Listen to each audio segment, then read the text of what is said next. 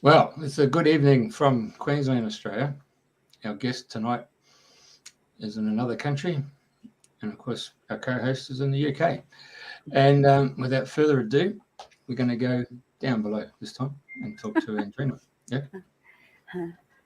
Hi, good morning, good evening, good day, and welcome to old listeners and new listeners to Dreaming the New Dream. And today it's Thursday, the 3rd of November, so we're swiftly moving into November now, faster than I'd like to think. Anyway, today it's my great pleasure that I've got Katie Adali on the line or on the show, and it came about through mushrooms. Now, I've never really been into mushrooms. I enjoy eating mushrooms, as you do. Um, but where I'm living on the farm, and where I parked the car about 5 weeks ago, I saw this group of mushrooms and I went over and my God, I've seen so many different shapes and colours. I just been amazed. So I've taken pictures and I've shared them and they've been calling my attention. And then I went to the New Forest yesterday and we saw more mushrooms and magic mushrooms. And so I've really sort of got the mushroom bug, if you like, of taking pictures. So I was thinking it would be lovely for somebody to share something about mushrooms because I don't really know anything yet. So I was scrolling through mushroom Facebook pages and what have you, and I came across Katie and I saw she'd made this lovely hairband. And anyway, I got in contact with her and straight away she messaged me back. So we had a lovely conversation. So welcome, Katie. Thank you for coming on. And Katie's based in Georgia, USA. And it's an earthly hour for her. It's about 5 a.m., I think now, isn't it? So welcome. We'd love you to share your story, how you got into your mushrooms, the beautiful work that you do and your photography, your walk of life. Sure. Thank you so much for having me on the show. I really appreciate it. This is the first time I've ever done anything like this, so it's really new. Um, Mushrooms. Oh gosh. Well, I guess we have to start where I started, which is here in Dalton, Georgia, the very north end of Dalton, or Dalton, Georgia, but still very far south, which I'm sure you'll hear it in my voice. But Mm. I grew up um, in the middle of nowhere, in between a horse pasture and a cow field. And we were surrounded by woods. And me and my sister grew up playing outside. Like the children don't really do that much anymore, but we grew up outside. And one thing that one of some of my earliest memories of living that way, when it would rain, inevitably, mushrooms would pop up all over the yard. And what we would do is go outside and we would use spoons, always spoons, and we would kind of scoop them up from the yard. And we wanted to move them to the shade so that they would last longer. Ne- Needless to say, we were very ill advised about how mushrooms work. And I don't even know if they knew that much about them back then. But we we of course they still died. We wanted a full yard of mushrooms, but that was something that I remembered.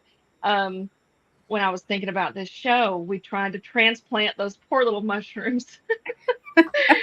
But moving on from that, I grew up playing in the woods there, and then we would go all over the mountains. And I grew up with a real deep appreciation and love of everything to do with the outdoors. Animals as a focus, plants, and then as I grew up, we lose sight of the things that really matter, the things that we really enjoy doing. But then after divorce, I had to refine myself. I had to rediscover what it was to be me and what that meant. And I started going on hikes. And I would go on these hikes and I enjoyed it, and then I would go with my family and I would stop every few minutes to take pictures or to pick a, to see a little moss, or yeah, that's some of my earlier photography. Take pictures and stop. And I even have a shirt that says the sloth hiking team will get there when we get there. And that's exactly what I tell my family, is that we're going to get wherever we're going eventually. Let me stop and take pictures of these mushrooms. Oh, they're pretty. Thank you. And those are some of the what I use for my medium of art. But I in taking the photographs, I would have them, I could share them, but it wasn't quite enough. And I thought, well, what else can I do? So then, recently in the last couple of years with COVID and everything, people have started to return back to the roots. And in doing so, people have began foraging. And in foraging, one of the hottest items right now is to forage for mushrooms. And so I started getting into foraging, just general plants, but then I saw this great interest in all these resources available Oh, wow, to that's nice. learn. Thank you. To That's learn about pretty. mushrooms and really, really appreciate them for their full aspect.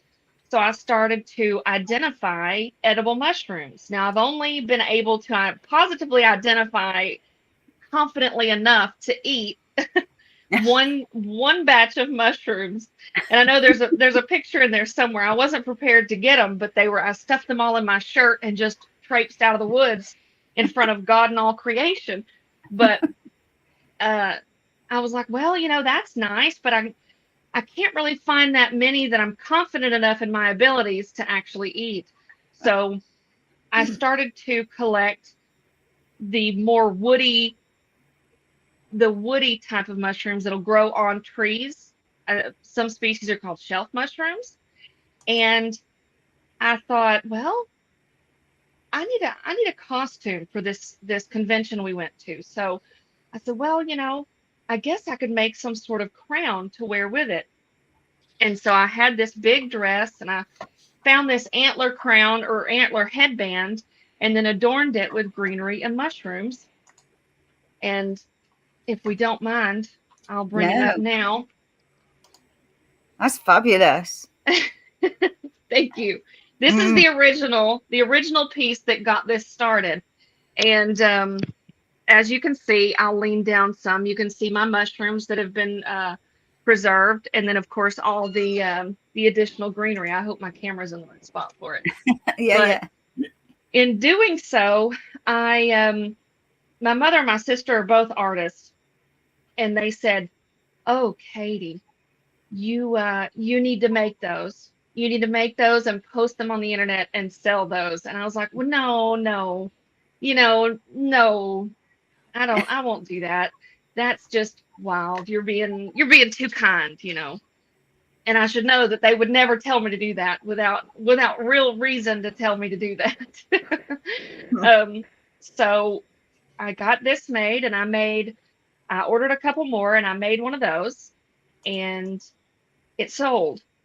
And I was like, what is this even? And so then I made another one, and that one sold. Both within 24 or 48 hours of being posted, they were selling. And after that, I had more people reaching out. Hey, when are you going to have more?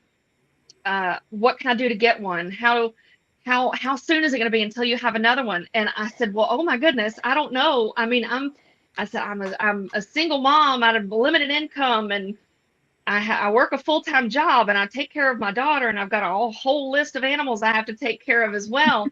And so I found myself trying to carve out time for this. So I ordered more. And as we are now, I'm waiting on 6 different sets of antlers to come in. So in the meantime, I decided to branch out a little bit and started making the hair barrettes, which I have some photos of. And I reached out to some of the ladies that had shown interest in the hair barrettes. And the first one that I got made, a sweet woman said, please let me buy it. And I said, oh, honey, yes, of course you can buy it for me. I mean, what am I going to say? No.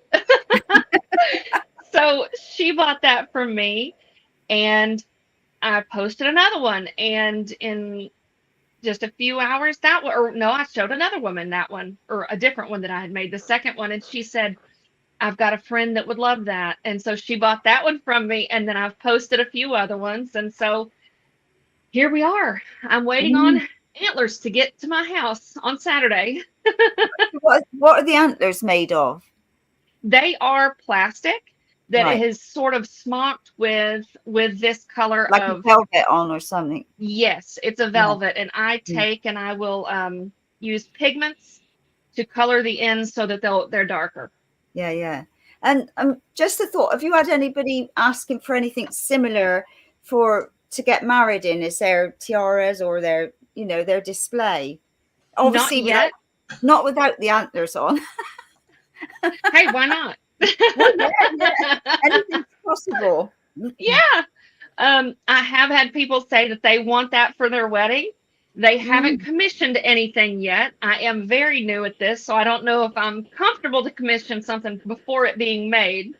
I'm trying to nurture this real, like, within myself. I'm afraid that if I do open up to commissions too soon, that it'll take the joy out of it. If somebody is saying, no, take that off, do this over, it might sort of taint the real pleasure I get from it. Yeah, that makes sense. But no, I mean it's beautiful, and that's what caught, I can't remember, I think it was the one at the back of your head that I saw on when I was scrolling for mushroom people. It caught my eye. I thought, oh, that's really pretty. So so how do you go about to, like, obviously what that one there is like quite a wavy one, and it's got like a pattern going through, isn't it? So it's quite pretty in its own right. So how do you go once you pick them? What do you do then? Well, once I pick the mushrooms, and it sounds really simple. Yeah, right. I'll go through the woods, and sometimes I find really great specimens, and sometimes you spend hours on a hike that's 4 miles long. That's not that long, but it was a couple of weeks ago, I went on a 4-hour hike or 4-mile hike, spent hours in the woods. People thought I was insane. I wasn't worried about it, but I was walking through trying to find mushrooms, and I only came out with a handful of less than perfect quality mushrooms. And that's perfectly acceptable for anything else besides a centerpiece for something that I'm going to sell. But it takes a lot of time and planning, and you have to go out as it rains, get outside. I've done it in the rain. And that's an example of those are faux turkey tail. They're more of a really thin, so they're a delicate mushroom to deal with indeed, and they take extra processing. But once I pick the mushrooms, ethically, I don't pick too many. I don't take the full crop of them. I always leave behind so that they can spread their spores. But I will take them home. I'll clean them off with a little brush, and then I'll dry them. And the drying process is low and slow. It just takes practice. Once they're dried, I can arrange them any way I want to. So we've got some of the barrettes there that'll have them in a sort of wave pattern, and some that'll look like a large bouquet of or a large rose. I do actually have a brand new, never before seen piece of barrette. If you wanted to put me up in the center, I'll show you for the first time publicly. This barrette that I made out of mushrooms that were foraged. And then I've got moss over here, and then some dried blooms or buds from a dogwood tree. But this is what I do while I'm waiting on more antlers. Yeah, that's beautiful. What did you say you painted it in like a gold leaf paint? There are some that have the gold leaf. I've sold those so far, the mushrooms that have the gold leaf, but then also I have this one, which is it has the mushrooms on the side here that kind of bloom out, but then also in the middle it has the gold leaf on a pine cone that a dear friend gifted to me. And that's quite open, isn't it, that pine cone? Yes. Yeah. When it dried, it really spread open and it had this beautiful look. And I bought something from her, which is this mannequin head behind me. I bought that from her. And when I did that, she said, "Hey, I've got these beautiful pine cones. Do you want them?" And I said, "Yes." Give me all the pine cones. And she did. So I'm in thanks, I made her a pine cone barrette that I gave her yesterday, and she's thrilled to death. I bet. Wow. I better interrupt there.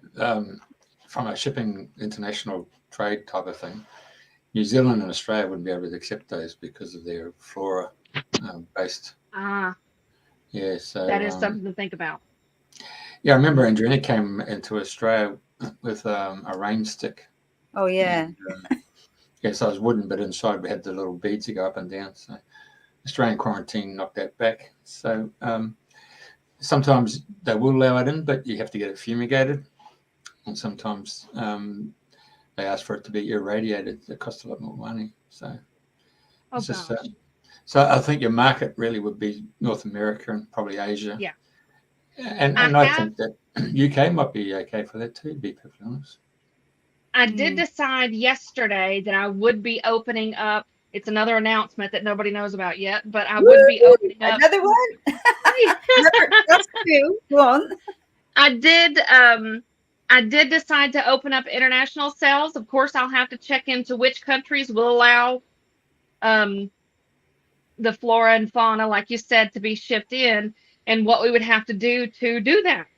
But mine, they are preserved in a chemical, so maybe that would make it to where they're more a substance and not. I mean, they're not capable of reproduction. Of course, you can't really tell customs that. Yeah. Yeah, and also customs duty, because I know I've been caught a couple times. I've ordered things from the USA and then flipped. The custom charges has been horrendous. So I think, right, well, I'm not ordering anything else from America anymore. Yeah. Because they you've got to be under £35. You've got to be under 35 right, yeah. pounds. So, but yeah, so that's another thing to think about. Right, so carry on then. So obviously you dry them out. Yes, I dry them. Some of the more delicate mushrooms, I will add a substance to it, and that sort of creates a lacquer, a finish that's not quite completely shiny, not quite completely matte, but that adds a lot of durability and really strength to these different flaky type mushrooms. Some are more strong, like these that I have in my antlers. They are very, very durable, but some like the faux turkey tail are going to be more of a leafy texture. And those are some as well that are going to be more of the leafy texture that will, if you touch them too hard, they're going to break, especially after you dry them and they become brittle. But it adds a lot of strength to the mushrooms. And then once they are properly prepared and set up, then you'll take, and I have my trusty hot glue gun right here. Oh, yeah. It's not on. I don't want to burn myself on the radio or on a live show. But so take, for instance, you've got this little turkey tail, little cutie pie, and then we could arrange with a few more, and then you build. And you can't see it all that great, but you'll build from these two, add another, and then you wind up with a beautiful bouquet. And some advice directly from my mother, Frida, is just keep adding stuff to it and it'll look good. Yeah. So Andrew's saying hairspray helps to preserve mushrooms as well. So wonderful. Thank you, Andrew. So there's a little tip for you. So have you thought, like, because those tiny little wavy ones, have you thought about doing earrings or anything like that with them? Yeah. Oh yeah. I've got a sweet young lady who wants to get a corsage from her wrist. I believe that picture's up there, or now some of the very, very first pictures I took, but she wants me to make a corsage. She bought one of the crowns. I think it was your favorite one that she bought. So you'll have to talk to her about that. But she wants a corsage to go along with it. So she's got a photo shoot she's planning out in early spring, and she wants to have another piece. And I'm like, hey, The Wow. more the merrier. Do it up. Yeah. But I've got projects and ideas that I want to pursue, but I'm trying to make sure that I don't overwhelm myself, Yeah. because once I get overwhelmed, I will back out gracefully or not so gracefully. So I want to keep the focus on what I can maintain and manage with being a single mom, working full time, having all these responsibilities, Mm. and continue on with doing things as I can. Mm. So have you thought about doing like workshops for people? Not at Taking all. No, you can take them out on a foraging and Yeah. and Now, yes, there's I endless would. possibilities, isn't there? You know, the more you're There talking, really are. There really are. I would love to have foraging workshops, sure, but making it would be. I mean, it's my love and my passion. And if somebody didn't understand it right away, I'm afraid I would get frustrated and say, well, why not? You know? But I love, and I loved going out and looking for the mushrooms. And I'm part of a hiking group that I've hosted events with, where we go out and hike, and I'll talk about mushrooms, not necessarily that that's a feature, but we'll all go together, and I inevitably show them all mushrooms, and they're like, this woman's crazy. She's got us out here looking at mushrooms, and we're just trying to hike. Mm. Mm. And those are some that are featured in this crown as well on the back side, and that's a wood ear mushroom right there. Wow. So that, you know, being grown up in the yard and finding mushrooms has opened up. It's obviously your destiny to be working with mushrooms. And Yeah. because I know I was sharing with you earlier, like Friday I went to called the Blue Pool, and I saw my very first magic mushroom, and I said to my friend, I haven't seen one of these these spotted ones yet. Mm-hmm. So I saw one on the side and I took a picture. But yesterday in the New Forest, we stopped by this river, and it was getting it was like, because now the clock's changed, it was getting quite, well, darkish. Yeah. And I spotted this one magic mushroom stood all on its own, and it was like, oh my God. So of course there we are taking pictures. And the funny thing is, like I said to you, because it's also working with the elementals, the fairies and divas and all that. And somebody said to me, why didn't you pick it? Well, I didn't think about it, but I know if somebody had picked it before, I wouldn't have seen that and been able to capture its beauty. So obviously we left it there, we took photos, so somebody else to go along and see exactly the same. So obviously if there was a group, you know, there's plenty of them, you could take one. But I mean, I always ask permission when I'm taking me bits and pieces anyway. So Yeah. So do you find Is your this work? Is this the one you're looking for? Yeah. But it was like everywhere. It was just, you could see this red stood out. And I thought, oh my gosh, just amazing. And this, like before, like I said to you, I'd never ever taken pictures of mushrooms. And now I don't know how many mushroom pictures I've acquired. Well, it's just like I told you. I sent y'all some like 60 or so pictures, and I was like, this is as small as I could get the list, because I've got hundreds in my phone. You just pick out which ones you like, and you know, that's fine. We'll talk about which ones you think are the most dazzling, because I've got so many, and it's like picking a favorite star in the sky. You can't. You But really can't. I think these are mine, aren't they? But Yeah. the different shapes and colors, and you know, they're just popping up everywhere, and I just love it. But I've never been in a farm environment before, so you know, it's opened up doorways for me that I, you know, with the animals and what have you, that I've never. Absolutely. And I took this one, fell upside down. Well, one of the animals knocked it over, and I thought, wow, you know, so pretty underneath as well. You know, just nature is amazing. Yeah. I think one of the biggest things that I've learned about myself in this journey is to stop and take a look around and find something beautiful everywhere you go. Yeah. It's not anything we can influence. Of course, you can transplant spores anywhere you want to, but it's something that comes from below the surface, which is what I think has been the largest influence in this artwork and in what I do in the self-exploration in this. Because we really, nowadays, I mean, of course, I can't show you my phone. I'm using it right now, but we're stuck on the cell phones. We're stuck on our computers. We're stuck taking care of all these responsibilities, work, and then sleep so you can come back and work. But if you take that time on the weekend or whenever you're off on a lunch break and you go outside and you just look at the ground, if you look close enough, you're going to find a world of small little fungi and the lichen and the moss, and you're going to find maybe a little acorn that might have fallen off, which is some of my favorite. I love acorns.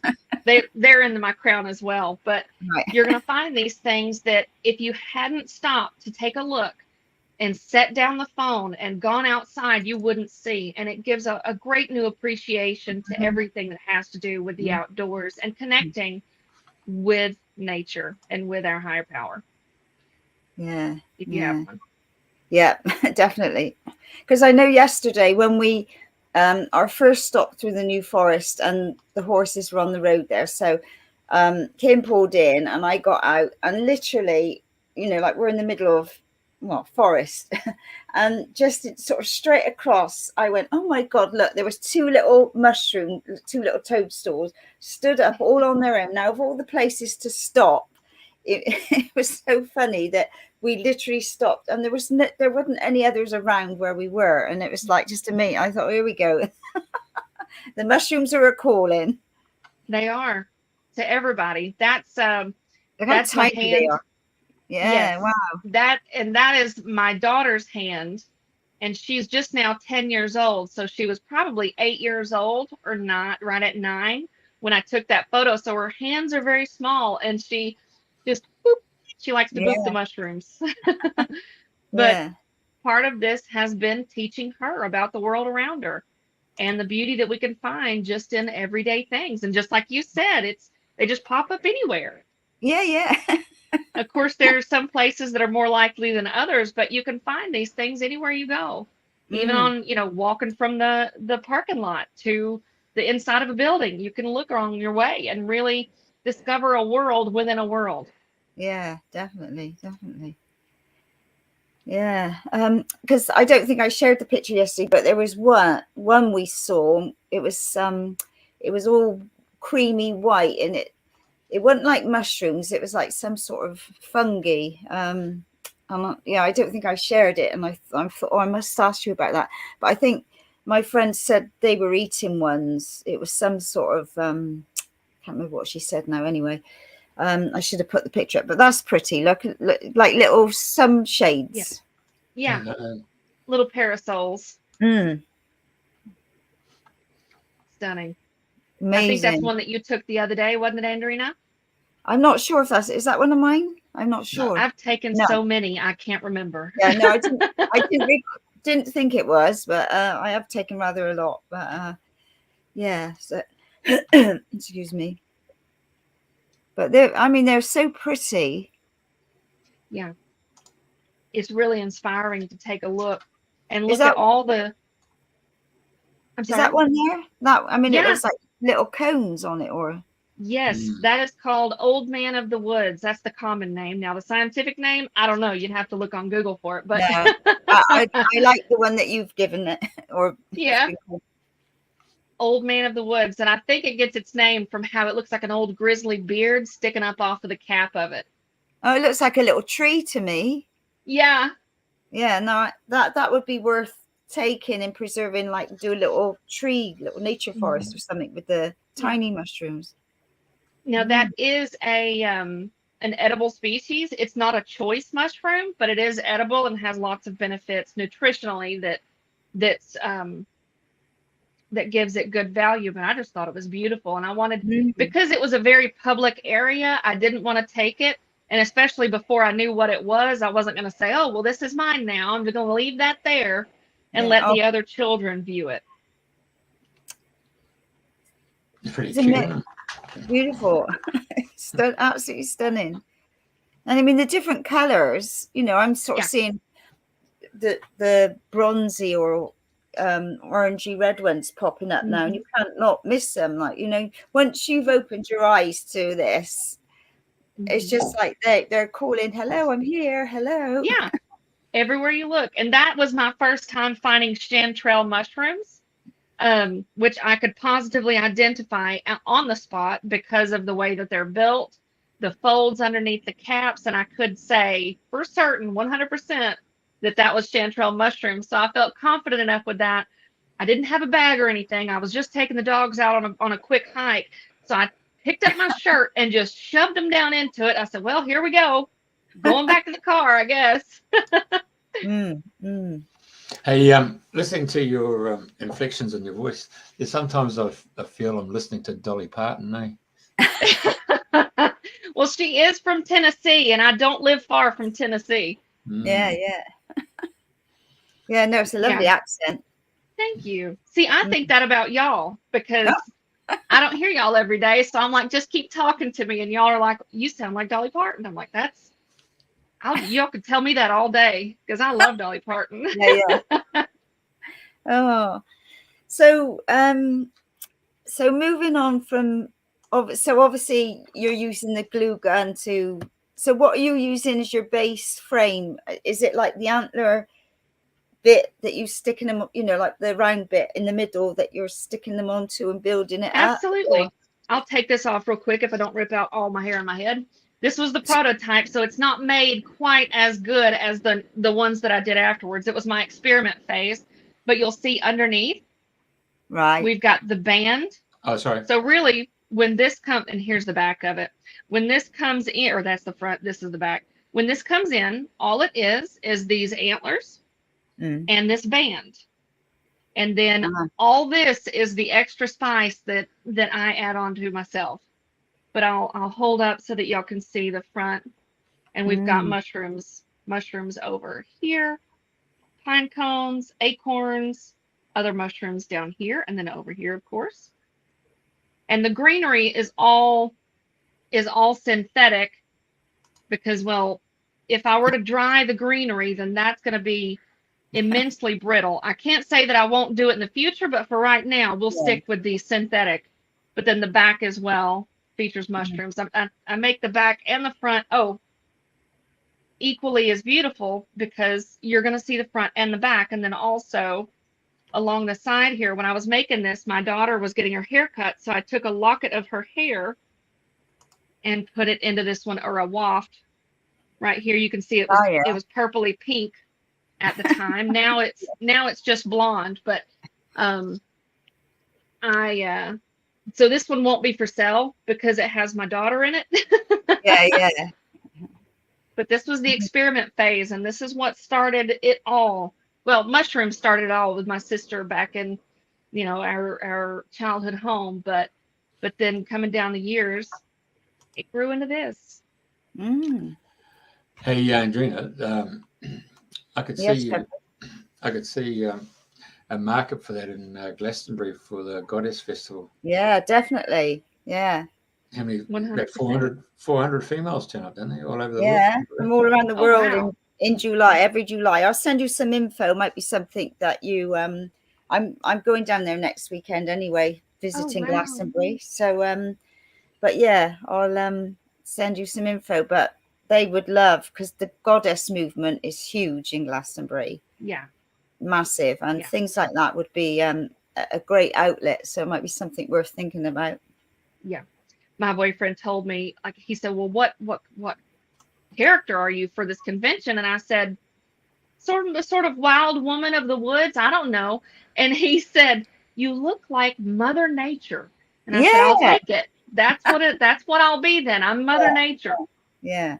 Oh, and I forgot to feature this. This is also a piece that I made. I guess I'll tilt this down. This has feathers in the center, which was just something that I picked up from my mom. But then all around the back, it's outlined with mushrooms. And of course, I've got my ferns here sticking out as well. And it goes with what you're wearing, the color-wise.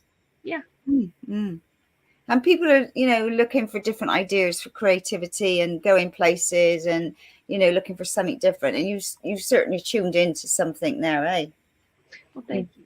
it'd be nice that you could give up your day job and that be your full-time job, eh? Yeah, that's what some people have suggested is like, well, this could be really, really big. And I'm like, yeah, I guess it could, but I do work a full-time job. And, I guess, we'll see what the future holds. That would be kind of a dream come true. And also really stressful though, because of course with us, we don't have universal health care or anything like that. So I have to pay for insurance. And so that's what a lot of what my job does right now is pay for insurance. Yeah. I have to keep those benefits. Yeah, I understand. Yeah. Right. So, let's keep on with these photos, eh? Yeah. Oh, yeah, because they're stunning. Obviously, and my friend showed me a mushroom book probably a couple of months ago, and I totally just ignored it. Really, I said, "Oh, I'm not really into mushrooms. Didn't really want to have a look." I thought, "Hello." Yeah. Yeah, but you know what it's like? It's like you buy a car that you've never thought you're going to buy, and all of a sudden you just start seeing the same bloody car, don't you? Yeah. Everything else is oblivious, isn't it? That's exactly it. And it's like the last hike that I went on was a short hike because I ended up finding mushrooms and then had to get home quickly so I could preserve them and start working on more art. But it's funny. I went in and I was distracted with thoughts, and I had talked to Andrena earlier that day, and I was so excited about that, and I was just like, hurry. I got to get to where I'm going. And then whenever I finally stumbled upon some mushrooms, I said, oh my goodness, here they all are. And then while I was in the woods, I talked to you, Andrena, and I got so overwhelmed with gratitude about things. I had a little bit of a cry in the woods. I'm not, ashamed to admit that's part of the drying process there. Oh, wow. It's amazing. Thank you. Yeah, it's a process, but So I got a little overwhelmed. Was that doing it in the oven on a very slow for hours, or have you got? Yeah. Some people dry them in the sun. Some people use lamps. Some people use not dehumidifiers, but a dehydrator. Yeah. But just a really low setting in the oven for hours, and then you're good to go. Yeah, really pretty. The other day, after I talked to you, and then I'll finish up on that, on the way out, I was recentered, and then I noticed all these mushrooms that I had passed and didn't take the time to notice because I was in such a hurry to get to my goal that I didn't see them there. So it's really a good lesson to learn in the day-to-day. What did Carol put up earlier? She put about Katie's a mushroom magician. She finds them everywhere and turns them into ornaments to decorate her hair. Thank you so much, Carol. That's my sister, and not far away down the road. And maybe the mushrooms wait for her and send out a secret sign that only Katie can really hear, that lets her seek and find. That might be it. My sister has a way with words, so I'll get them to send you afterwards. But you certainly. Like I said, I've not looked into mushrooms or any way, shape, or form, and now, like you say, they're popping up everywhere, and your decorations are really lovely. And I can, in my mind's eye, I can see sort of like little villages, like like the little tiny ones, these little trees. So, have you thought about doing anything like that, or are you more for the creative, or is that further down the track? I have made one piece for my father that was a shadow box. It featured mushrooms that we had that I had foraged while we were together on a hike.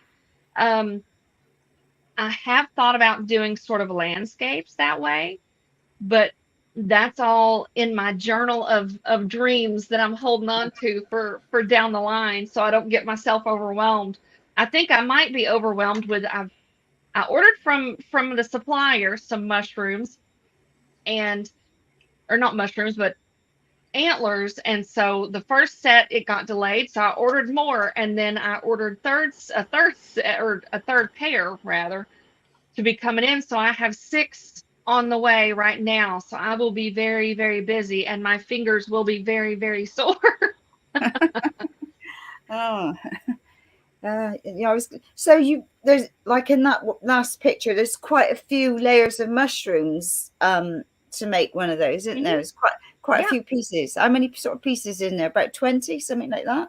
Oh gosh, it can range anywhere. My centerpieces can range anywhere from just a few pieces to dozens. Like that piece was the only piece that was together was that center little swirl. And then the rest of them were individual mushrooms that were pieced together to create. And you had to piece them together one by one. Yes. Yeah, definitely a work of art. But I mean, that would make a lovely centerpiece at Christmas, wouldn't it? With, yeah, gosh. Hey, how do you price it? I mean, I wouldn't know. How do you go about pricing something that? Well, that is something. Love, yeah. Yeah, and this first set of antlers took probably 8 to 10 hours to make.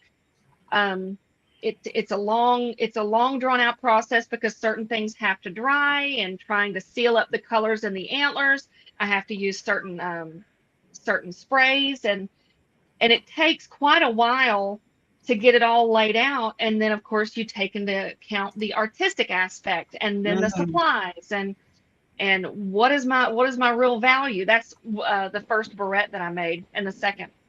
But I've had to sort of spitball it with my sister, and she's like, well, at first she said, okay, so you price it at this amount. I was like, okay, and that'll be a little bit of basically breaking even, and that's okay for the first piece. But then as I've gone along, I've added and added and added, because my skill level is going up and my confidence is going up, and the demand is enormous.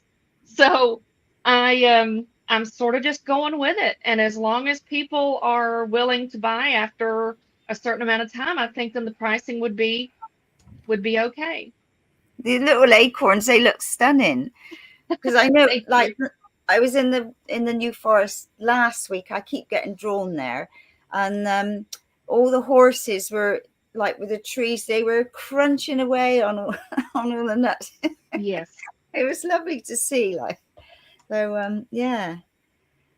There's a funny little story behind the acorns. Of course, they're adorable as just on their own, but the acorns came about with my boyfriend, Kevin. He is bald. Just to put it lightly, he's bald. Right. The hair grows around the side, and if it grows out at all, it looks like an acorn around, the acorn cap at the bottom, and then the top is just dome. So he's my acorn man. You're a squirrel. Yeah, that's it. He calls me a frog because whenever I'm out in the woods, I'll squat down, and he says I look like a little frog out there in the woods. I'm like, hey, I'll take it. Yeah, it's amazing what you find in the woods, hey? Like I showed you this piece. This is on the farm, like where they obviously things have been cut down, but I put a varnish on this one, but it was just like a fan. That's beautiful. And I'm like, hang on, where we go? And I just love it. So it's and I got another piece that I picked up in the New Forest. Sort of is, I don't know. Anyways, a bit damp. So I picked it up ages ago, and I've had it outside. And I thought, I think I'm going to let it dry off and varnish it because it's so pretty. But so I say, being a forest, I'm in with all my tribe, whether they be mushrooms, acorns, or nuts, or whatever. Yeah. We can find family everywhere we go. I usually find, even if I'm by myself, I'll find a little buddy here and there. Like one, I'll find little frogs everywhere I go. The last 2 hikes, I found little bitty tree frogs. One was perched on a mushroom, and I was walking around, and I knew there were some mushrooms on the other side of that tree because I'd seen them before. So I went to go look and see if more had popped up, and they had. They weren't art quality, but I still wanted to see them, and I was, just kind of touched the edge of them to make my little connection with the little mycelium network that's going all throughout the trees. But then I went to touch the one on the bottom, and there was a frog there. I was like, oh, pardon me. I didn't know you were there. I just love that accent. Thanks. Oh, right. So, with what you're putting together, so when you're doing it, are you getting different ideas flowing in all the time? I could do it this way and I could do it that way. And is it sort of non-stop now? Constant. Yes, Mm. it is constant.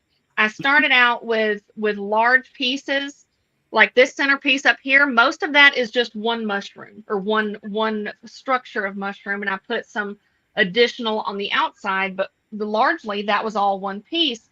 And then it switched over to then this newest one that I finished yesterday, which is that was the picture that Jeff had up a minute ago, but this one's just the chemicals have been added to it to make it durable. This is about, I would say, probably 75 to 100 different mushrooms, or Really? petals of mushrooms that have been put together Mm. to create that rose effect. Yeah, that was prior to the preservation. Yes, that's beautiful. Thank you. So, have you had any stories wanting to come through? Like when you're working with them, obviously everything's got like a little story to tell, haven't they? Have you had any Yeah. inspiration? I have. I think in trying to write things, I'm afraid to sound corny, but I have thought about different characters coming from the mushrooms, and like the little flower buds that I'll dry and find, and the bushes and trees and shrubs all around my house and in the in the surrounding area. I have thought about different stories that are connected to these things because they've all got their own little personality. Yeah. And like the little bald acorn man's, I don't know if you've seen, there's an artist that makes little figurines out of his acorns, and they're little people doing things like mowing the yard at a little stick lawnmower. But I see an individual in each little mushroom, and together they make a small community, which is a lot like the mycelium network. That's how plants and mushrooms communicate together. The plants utilize the mycelium to communicate with the surrounding area. Mm. Yeah, that's their little Wi-Fi network, isn't it? Yes, it is. Yeah. You mentioned that the other day. It is like a better Wi-Fi connection.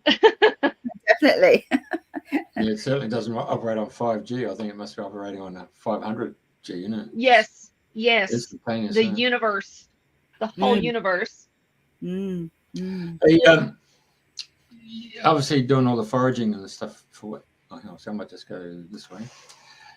With all the foraging you've done, have you sort of come to a spot where different terrain brings out a different mushroom? Now, when I say a different terrain, you might be coming down into lowlands there where there's a river running past, and so you're going through pastures. You might see a different type of mushroom there. But then if you start hiking, as you mentioned, and you're going up into the hills, do you get much snow where you are? So No. you got any? No, okay. So anyway, so as we go through the different terrain, you obviously in rocky terrain and so forth, you're seeing a different type of mushroom, and you then have you come to a conclusion at this moment in time that you found a style of mushroom that you could actually take the spores and then bring them home and then propagate them at home, and knowing that you've got some stock? Is that the best way to say? I have tried that before. It hasn't been successful yet, and it was a very mild attempt at trying to spread puffball mushrooms in my yard. So I was on a walk just in my neighborhood, and I found a puffball mushroom that had matured, and after they mature, they sort of turn leathery and brown, whereas originally they're this vibrant, bright white, almost a styrofoam white mushroom, and then whenever they get matured to leave spores, they'll turn into a little like a brownish leathery ball, and then inevitably something will step on it and it'll bust open a little bit, and whenever you step, it smokes. It looks like little smokes coming out of it, but it's all those millions and billions of little spores that come out. So I saw that and I picked it up and I said, okay, this is mine. Luckily, nobody lived in the house at the time. So I was like, this is my little treasure. I'm going to take it to my yard. So I took it to my yard, I didn't know that they grew, or which trees they grew in, so I just took it to trees, and then just sort of fairy dusted my way around these tree bases, which now I know that they don't grow on that or around that type of tree. But that was my first and only attempt at transplanting since I was a child with my sister. And spoons. I know you mentioned the shadow box. Can you tell us what a shadow box is? A shadow box really is going to be a sort of frame that has a lip around the edge that's about 2 or so inches thick.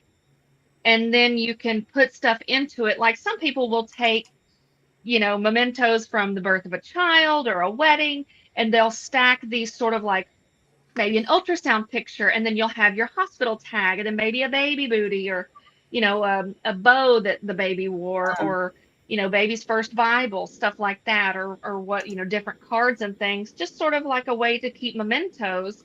And that's what I did with him, to sort of give a memento, because he loves hiking and he loves photography, and I've got him into the mushroom photography now.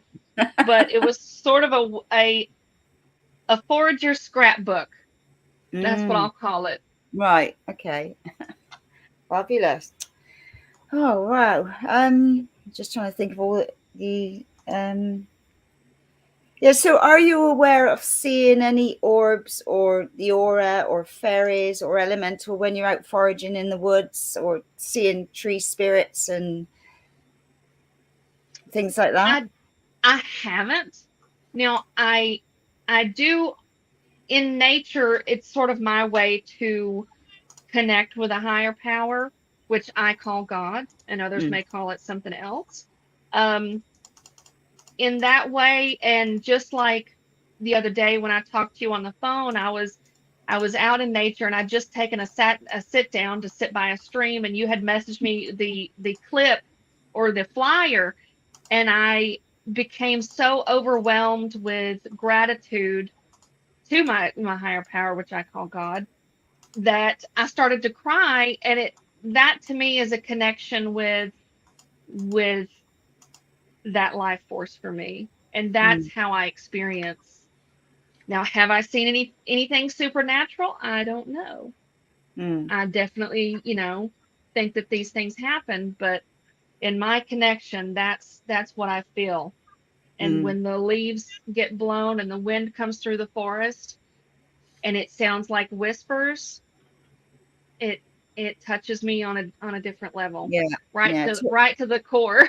Yeah, I totally hear you and understand. I'm the same, because it's just the magic of being connected with all, with everything, and just opening up new awareness with different things. So, but yeah, no, it's been. I don't know if you've got anything else you want to share. Like we're coming towards the end, but there's no cut-off time as such. But is there anything else you'd like to share about, picking mushrooms, or any extra different places that you've been where you've Well, one thing I did want to touch on that I didn't get to right now goes more towards the foraging aspect of cultivating for consumption. I cannot stress this enough. Be careful. Don't pick it and just eat it thinking it's a delicious treat, because it can kill you. It really can. There are different modes of identification.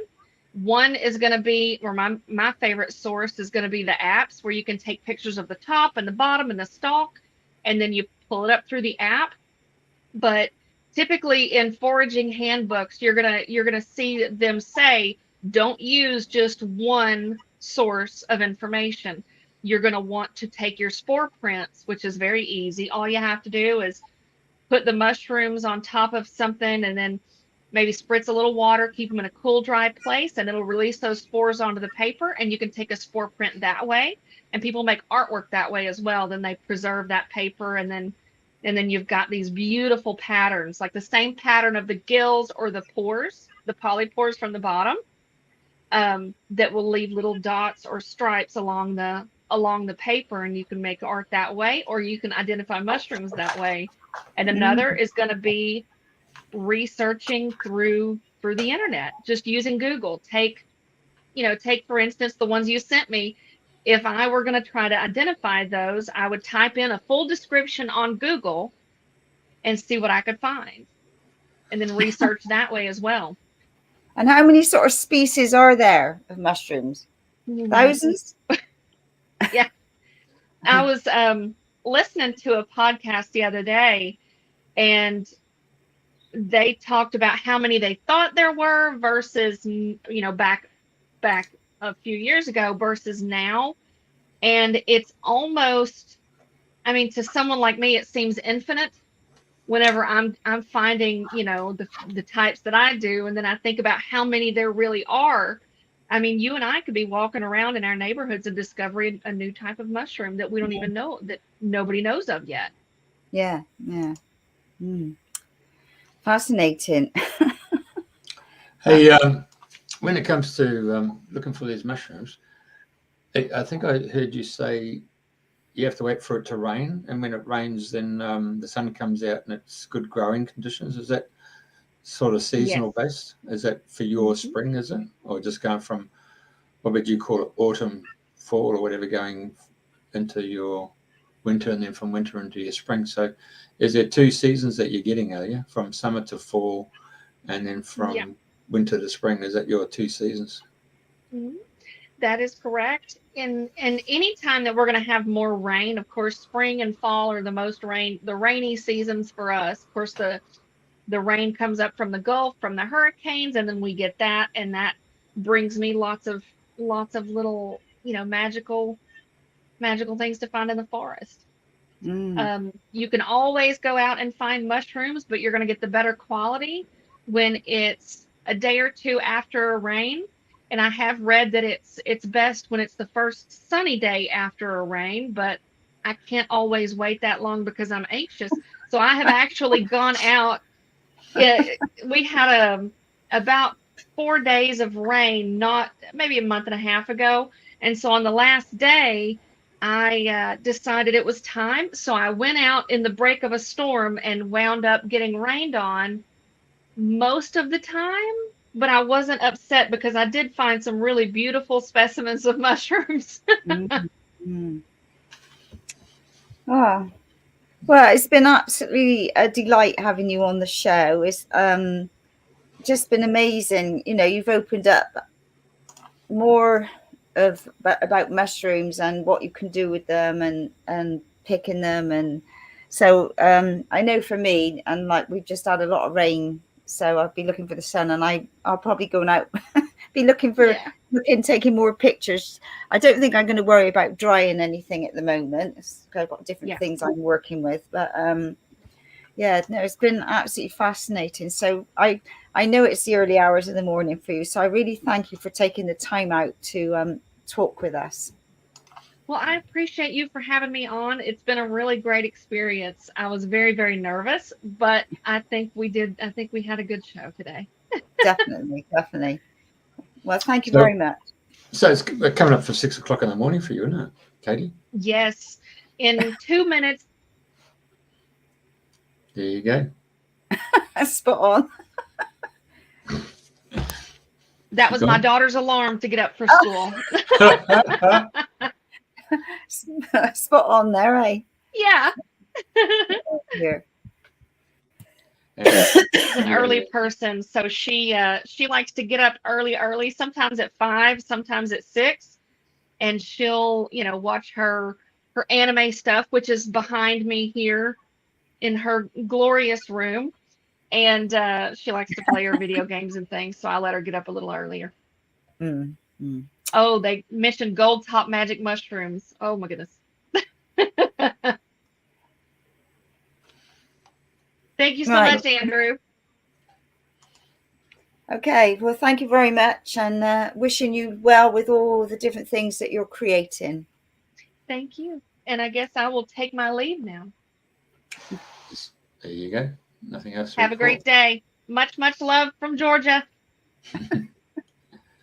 Hey, I'll get this one here. There you go. All right. Thank you. Thanks for one and all. It's very interesting, isn't it? I mean, it's just sitting here listening, while getting all the photos and bringing them up, and Mm. The amount of guests that we get from different parts of the world is quite interesting. There's a guy who came in and put a like. His name's Doug Miller, and he goes out to Central West Queensland, and he helps with the archaeologists with the big dinosaurs that are out there. Yeah. And I thought, I haven't seen Doug for some time. And I thought, oh, I should ring him up. And I said, hey, Doug, talk us about these bloody dinosaurs that Australia's got. Dragons. Dragons. Yeah. That's right. All right. So thank you for finding Katie. That was quite a... Well, I had to call him from the mushrooms. Yeah, but you don't realise just how many species of mushrooms there are, isn't it? You know. No, I thought when she said you take a picture and you put it on the internet, I'm thinking, well, they're brown, they're round. Some might have a curvy, and how do you describe, these different mushrooms, because they all look, like what I've taken. Well, they don't all look the same, but I was thinking, gosh, it must be a work of art. Yes, we're still live. Jeffrey's just having a chit chat, I think, aren't you? Yeah, I just thought we'd do something different because it's normally just the show just ends like that, and you're thinking, well, Katie took the time to get up at 4:30 in the morning her time, and you got to recognise that. It's really fantastic. Yeah, all right. Well, might be something new we might do. Just say thank you very much. You better go when you go in the Springwood Forest. Have a look for the mushrooms. Here we go. Yeah, dinosaurs or dragons. Yes, I already mentioned that. All right. Love you. Thank you, everybody. Until same time next week.